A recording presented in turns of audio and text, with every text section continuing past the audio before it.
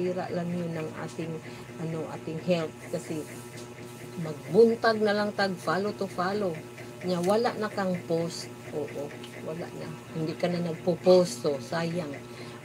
Post ka lang ng post, pagtingin mo, wow, mayroon ng 0.04, mataas din ang movement ng ating 0.01.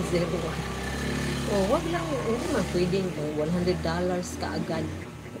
Dadaan man yan sa 0.04, 0.18. So, araw-araw mayroon tayong 1. Mayroon tayong araw-araw mayroon tayong $1 na income doon sa ating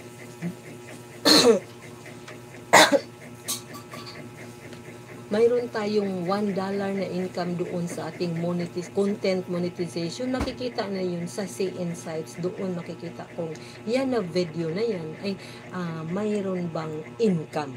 Diba? Napakagaling. So, lalong-lalo na yung mga pictures natin. Noon magpa-post lang tayo ng pictures. So, ngayon mayroon ng income. Kaya magpasalamat tayo na binago na ang criteria. Mahirap kayang abutin ang 60k minutes view. Pero pag sinabi ni Meta na gagawa ka ng event katulad nito, ay gumawa talaga ako dahil isa yan din sa kaniyang utos criteria. Bakit mag-request siya na gagawa ka ng event? Hello YouTube channel, good morning sa inyong lahat. This is Linggaling sa Broadcasting Live, Central Visayas, Philippines, Lapu-Lapu City, Philippines, Bisaya po akong dako. Alas 10:20 ng umaga, araw po ngayon ng Huwebes, November 14, 2024. Mga idol, kaya hi, saan sulok man kayo sa mundo, ay binabati ko kayo ng magandang umaga, magandang hapon at magandang gabi sa ibang bansa, mga idol. Dito sa Pilipinas ay syempre maayong buntag, Bisayang dako.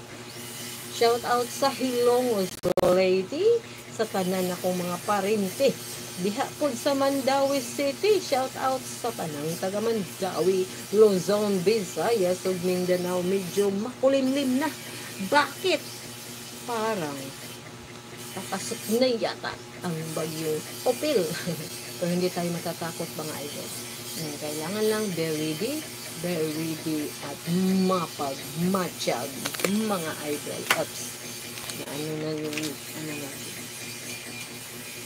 Kaya, very ready, mag-almusal nga ba kayong lahat dyan? Nakapag-almusal na ba kayo? Nakapag-snack or nakapag-lunch na ba kayo? Ako ay wala pa akong almusal, mga idol.